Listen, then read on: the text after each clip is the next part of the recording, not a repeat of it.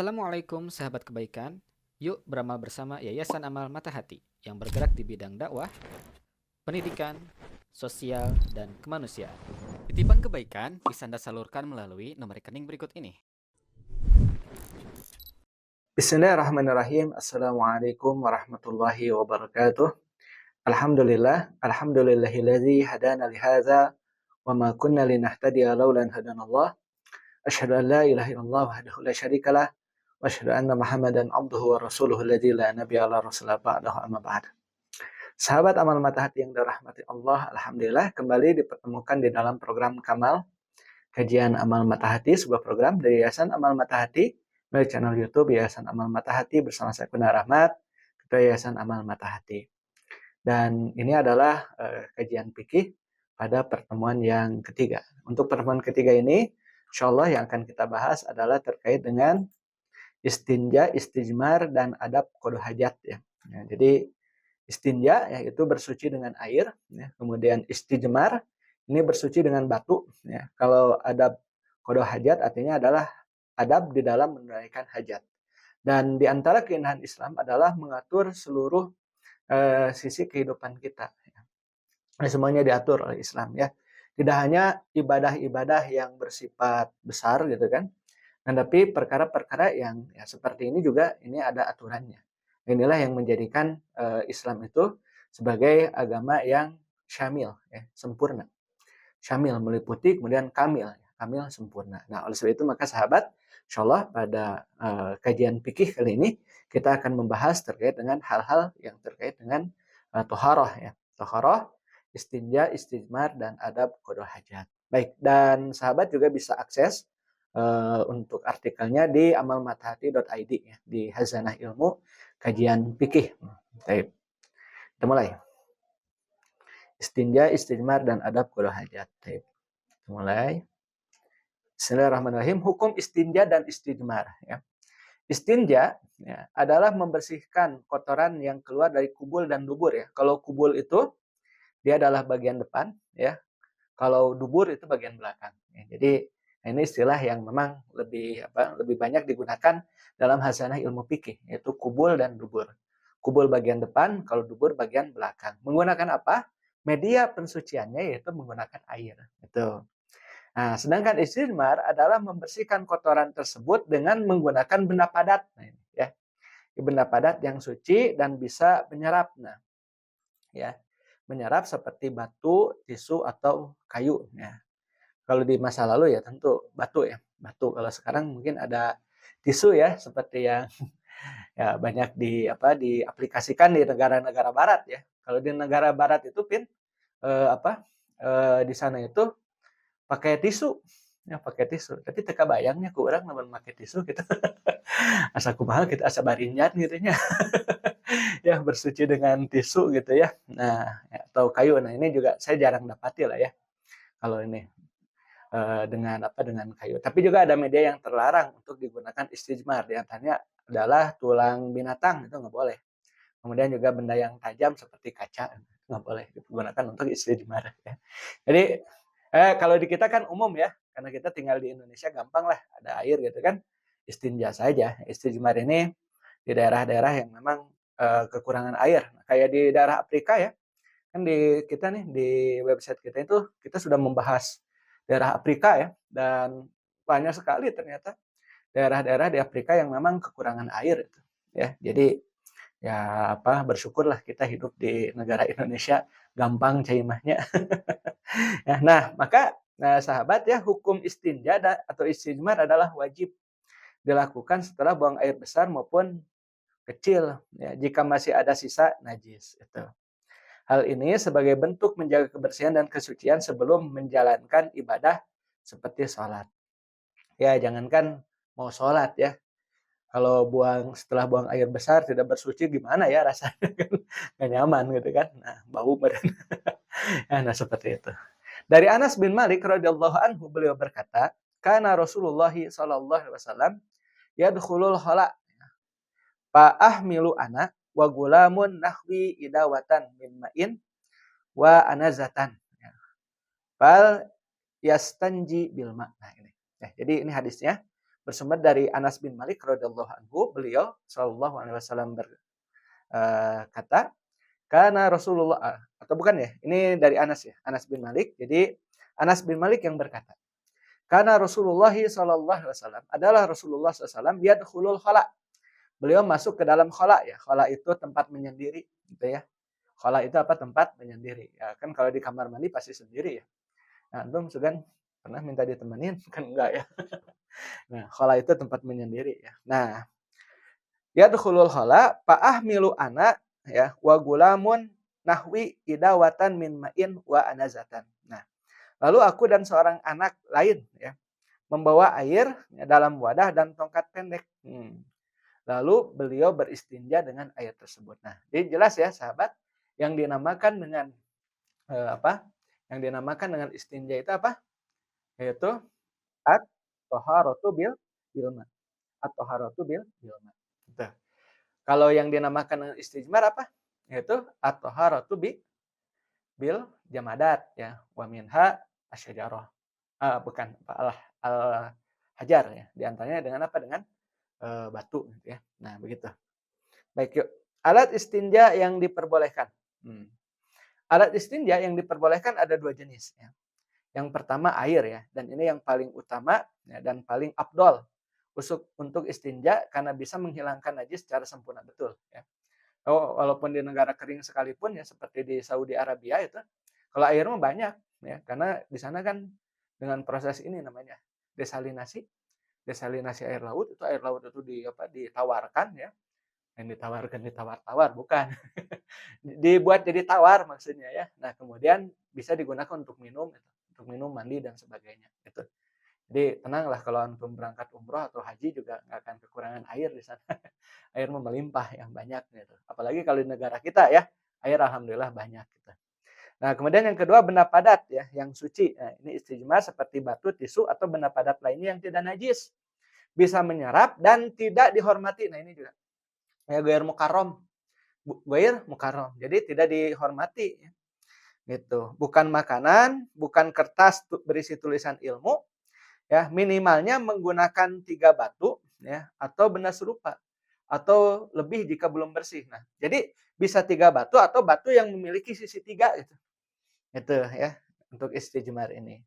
Tapi ana juga sepanjang ini belum pernah ini mempraktekkan istijmar ini. Sakumaha nya. Ya kalau istinja ya kita optimalkan saja istinja ya, air banyak kok ya, gitu. Nah, baik. Dari Salman Al-Farisi radhiyallahu anhu beliau berkata, ya, nahana an nastanjiya ya bi aqalla min salasati ahjar. Rasulullah SAW melarang kami beristinja dengan kurang dari 3 batu. Nah, gitu. Di dalam hal ini istinja, ya, di sini istilahnya istinja ya. Istinja dan istijmar ya, pokoknya dua hal yang memang saling berkaitan satu sama lain gitu ya. Tapi yang paling utama istinja. Kalau istinja saja cukup sebenarnya. Tapi kalau istijmar, ya, kalau belum merasa cukup dengan istijmar, harus dilanjutkan dengan apa? Dengan istinja, itu bedanya. Kalau istinja cukup nih. Kita istinja nih, sudah bersih ya, sudah. Tapi kalau istijmar, ya apalagi ya, punten. Yang dinamakan dengan bau itu kan ya tidak bisa hilang kan kalau dengan apa? Kalau dengan batu itu kan. Nah, makanya ya lebih utama istinja. Kalau merasa belum bersih ya kita apa? Beristinja gitu ya. Nah, kemudian juga di antara adabnya tidak boleh menggunakan tangan kanan nih untuk istinja. Kenapa? Karena kalau tangan kanan ini ya dia digunakan untuk perkara-perkara yang memang bersih ya. Makan, minum, berjabat tangan dan sebagainya ya. Dan juga istinja ini tidak boleh menggunakan benda yang memiliki kehormatan ya. Nilai atau kehormatan seperti makanan atau kertas bertuliskan ayat Al-Qur'an. Ini tentu hukumnya haram ya. Apalagi kalau kertasnya ya ada apa? Ada tulisan ya terutama tulisan Al-Qur'an ya. Nauzubillahi min dzalik ya. Karena ini pernah terjadi ya di beberapa apa media sosial gitu kan ada orang yang memang kurang ajar ya menjadikan apa kertas mushaf ya ini untuk apa mereka hinakan dengan seperti itu. Naudzubillah ya. Nah, ini adalah merupakan bentuk dari apa mereka penghinaan ya kepada syariat Islam. Naudzubillah min dzalik ya. Sementara kalau kita ya memuliakan segala apa yang Allah Subhanahu wa taala turunkan dan juga kita memuliakan apa yang disabdakan oleh Rasulullah SAW. Tentu yang paling utama adalah kita hormati teksnya dan juga kita uh, amalkan ajaran yang terdapat di dalamnya. Seperti itu ya sahabat. Baik. Yuk, nah sekarang kita lanjut kepada adab buang hajat ya. Nah, ada buang hajat menurut sunnah. Nah, ini ada adab ya, dalam buang hajat menurut sunnah. Islam mengatur adab buang hajat ya sebagai bentuk penghormatan terhadap fitrah manusia dan kesucian agama. Beberapa adab penting tersebut antara lain yang pertama ya, membaca doa sebelum masuk toilet. Apa doanya? Allahumma inni a'udzubika minal khubusi wal khaba'is gitu, ya. Gitu. Ya Allah, aku berlindung kepadamu dari jin jantan dan betina. Ya. Hadis riwayat Al-Bukhari dan Muslim dari Anas bin Malik radhiyallahu anhu. Gitu. Jadi kalau mau masuk baca dulu doa ini, Allahumma inni a'udzubika minal khubusi wal khaba'is. Ya kalau terkadang lupa ya doa seperti ini. Ya bulubus-bulubus ke jero cai teh kan. Nah, tapi dalam hal ini ya tentu kita harus berupaya untuk menjaga adab-adab ini ya. Kemudian yang selanjutnya yang kedua ya masuk dengan kaki kiri. Nah, ya jadi dahulukan kaki yang mana? Dahulukan kaki yang kiri dan keluar dengan kaki yang mana? Yang kanan ya. Hal ini berdasarkan kebiasaan Rasulullah SAW yang memuliakan sisi kanan ya, untuk hal yang baik dan sisi kiri untuk hal yang kotor. Jadi kalau mau masuk ke kamar mandi atau ke WC ke mana dulu yang kita dahulukan? Kaki kiri dulu ya. Gitu. Kemudian yang nomor 3 tidak menghadap atau membelakangi kiblat saat buang hajat di tanah lapang. Tapi kalau ini sih di tanah lapang ya, di tanah lapang, di tempat yang terbuka gitu. Tapi kalau misalkan tertutup ya ini dalam beberapa pendapat diperbolehkan. Tapi ya baiknya ya jangan sampai membelakangi atau menghadap kiblat kalau buang hajat gitu. Nah, maka kalau dalam hadis itu ya goribu ya au syariku gitu ya. Ya pokoknya jangan sampai menghadap kiblat atau membelakangi kiblat walaupun itu di tempat yang tertutup gitu. Ya. Hanya desain kamar mandi itu disesuaikan gitu ya. Ya, karena Rasulullah SAW bersabda ya idza ataitumul ghaita ya fala tastaqbilul qiblata wala tastadbiruha. Jika kalian mendatangi tempat buang hajat maka janganlah menghadap kiblat dan jangan pula membelakanginya gitu. Hadis riwayat Bukhari dan Muslim dari Abu Ayyub Al-Ansari radhiyallahu anhu. Namun jika dalam bangunan yang tertutup, nah ini ya seperti toilet saat ini, sebagian ulama membolehkannya berdasarkan beberapa riwayat yang lain. Ya, boleh ya, akan tetapi yang paling utama apa? Ya tetap ya, jangan sampai menghadap kemana? Jangan sampai menghadap kiblat dan jangan sampai membelakangi kiblat sebagai bentuk pemuliaan kita ya terhadap kiblatnya umat Islam. Baik. Nomor 4, nah ini ya. Tidak berbicara saat buang hajat. Ya, kamu mau nyanyi mah ya, jangan itu. Kan suka ada itu orang yang suka nyanyi gitu ya. Ya, nah ini. Jadi termasuk adab tidak berbicara atau menjawab salam ketika sedang buang hajat kecuali dalam kondisi darurat gitu. Ya kalau dalam kondisi darurat sih ya itu darurah namanya. Dan ada kaidah ad-daruratu tubihul mahzurat. Ya kedaruratan itu memperbolehkan yang apa yang dilarang gitu. Ya kalau misalkan butuh banget mah ya nggak apa-apa. Kita menjawab ya menjawab panggilan misalkan gitu ya. Nomor 5 tidak membaca zikir atau Al-Qur'an ya. Nah ini. Dilarang menyebut nama Allah ya. Azza wa Jalla atau membaca Al-Qur'an ya saat sedang dalam toilet sebagai bentuk penghormatan terhadap kalamullah. Nah itu ya. Jangan sampai ketika kita di kamar mandi gitu ya. Apalagi kan kalau sekarang kita di kamar mandi biasanya ditemani apa nih kalau sekarang? HP ya.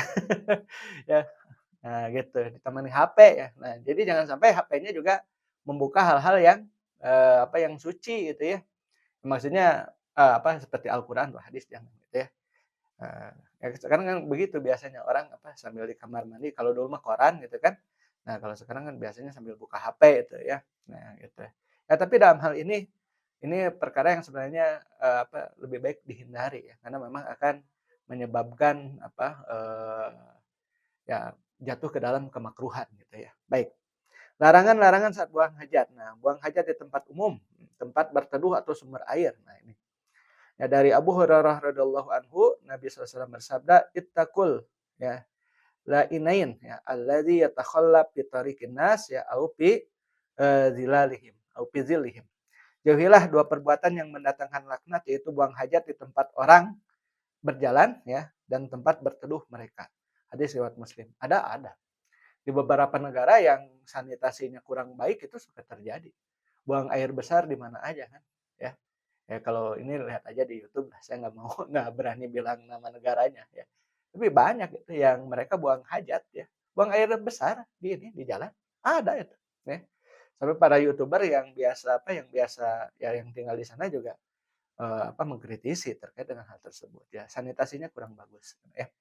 Atau bahkan ada yang sanitasinya bagus tapi ya karena kebiasaan masyarakatnya begitu ya, ya tetap aja jorok gitu kan ya. Dalam mengolah makanan juga jorok sekali. Makanya satu waktu pernah saya tuh waktu umroh ditawari makanan, tawari makanan, "Fadhal."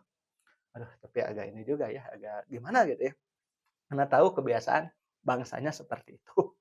Baik, kemudian yang kedua ya, menggunakan tangan kanan saat istinja. Nah, ini juga, dilarang ya.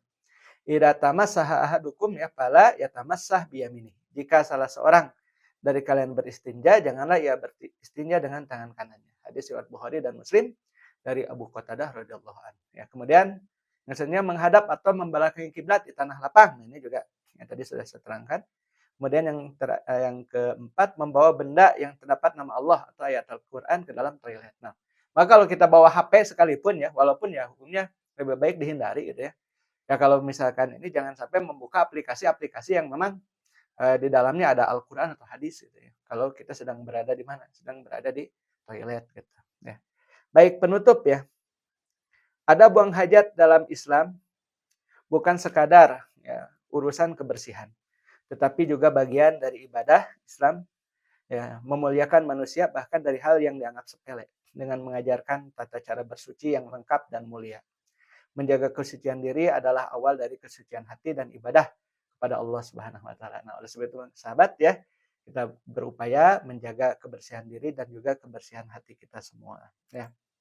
Nah, kepada sahabat semua yang ingin membantu program-program Yayasan Amal Mata Hati ya, kita ada program Peduli Palestina, kemudian juga membangun pesantren Maki ya. Nah, ini kemudian juga yang ingin membantu untuk operasional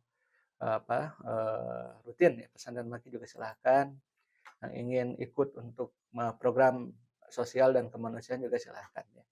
Bagi sahabat yang ingin berdonasi ini bisa ya menyalurkannya ya. Bisa melalui Bank Syariah Indonesia dengan nomor rekening 704 966 2027 atau Bank Mandiri nomor rekening 13100 412201222 atau juga by QRIS ya. Nah, ini bisa pakai QRIS. Kalau QRIS otomatis ya. Nah, ini ya bisa dengan QRIS ya, tinggal scan aja ya. Tinggal di-scan mempergunakan aplikasi yang biasa sahabat gunakan. Baik, sampai di sini dulu ya. Mudah-mudahan bermanfaat bagi kita semua ya. Syukran Ustadz Kapin yang telah menemani ya sebagai kameramen dan juga editor kita ya. Alhamdulillah. Syukran Ustadz ya. Mudah-mudahan Allah Subhanahu wa taala memudahkan urusan kita semua.